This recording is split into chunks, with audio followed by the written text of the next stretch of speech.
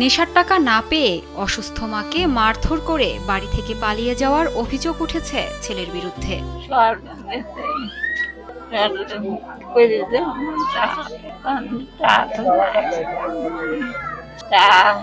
এই হৃদয় বিতারক ঘটনাটি ঘটেছে রাজবাড়ীর পাংশায় বাহাদুরপুর ইউনিয়নের রঘুনন্দনপুর দোয়ালেপাড়ার এলাকায়।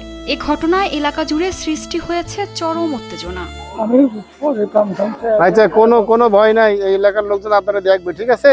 মার কাছে টাকা দেয় নাই, সেদিনই তো কয়টা জিনিস আছে নেওয়ার পরে কিছুক্ষণ পরে আবার আসার পরে আমরা সবাই ধরে পুলিশের হাতে দিয়ে দিচ্ছি। স্থানীয়রা জানায় সকালে নেশার টাকা না পেয়ে মাদকাসক্ত আবু হাসান তার অসুস্থ মাকে মারধর করে বাড়ি থেকে পালিয়ে যান। পরে বাড়িতে ফিরলে স্থানীয়রা তাকে আটক করে পুলিশের হাতে তুলে দেয়। নেশা করে তো গাঁজা খায়, গাঁজার টাকার জন্য ওর মার উপর হামলা করে, তবু আবারও টাকা চাইছে, আবার পাই নাই। ঘরের ভিতরে বালিশ কেতা যা ছিল আগুন ধরা। স্থানীয়দের দাবি আবু হাসান দীর্ঘদিন ধরে মাদকাসক্ত। নেশার টাকা না পেলে তিনি প্রায় বাড়িতে ভাঙচুর ও পরিবারের সদস্যদের শারীরিক নির্যাতন করেন। পাংশা মডেল থানার ভারপ্রাপ্ত কর্মকর্তা শেখ মাইনুল ইসলাম জানান, নেশার টাকা না পেয়ে আবু হাসান নামের এক যুবক তার মাকে মারপিট করে। এ ঘটনায় তার বাবা বাদী হয়ে থানায় মামলা দায়ের করলে অভিযুক্তকে গ্রেপ্তার করা হয়।